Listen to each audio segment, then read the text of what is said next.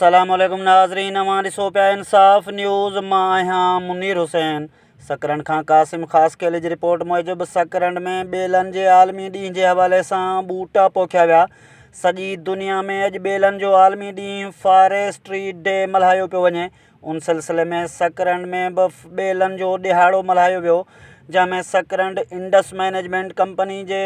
CEO एजाज़ अली कीरियो, वतन welfare organisation जे ख़ैर मोहम्मद लाखो, अॻूणे काउंसलरनि अली शेर कीरियो ऐं अल्लाहयार खोखर,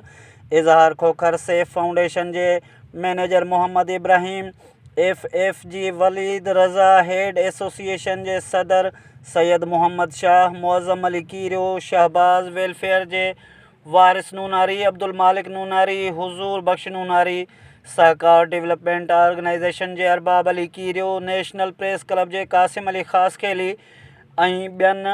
पए फॉरेस्ट पहुची ॿूटा पोखे धरती वासियुनि खे पैगाम ॾिनो त माहौलियाती आलूदगी खे रोकण ऐं दुनिया में गर्मी पद जी घटिताई लाइ हर माण्हू पाण ते हिकु वणु पोखणु लाज़मी करे छॾे, जंहिंसां असांजे माहौल में काफ़ी तब्दीली अची सघे थी। उन मौक़े ते आयल सभिनी साथियुनि पारां पंहिंजे हथनि सां हिकु हिकु वणु पोखे धरती सां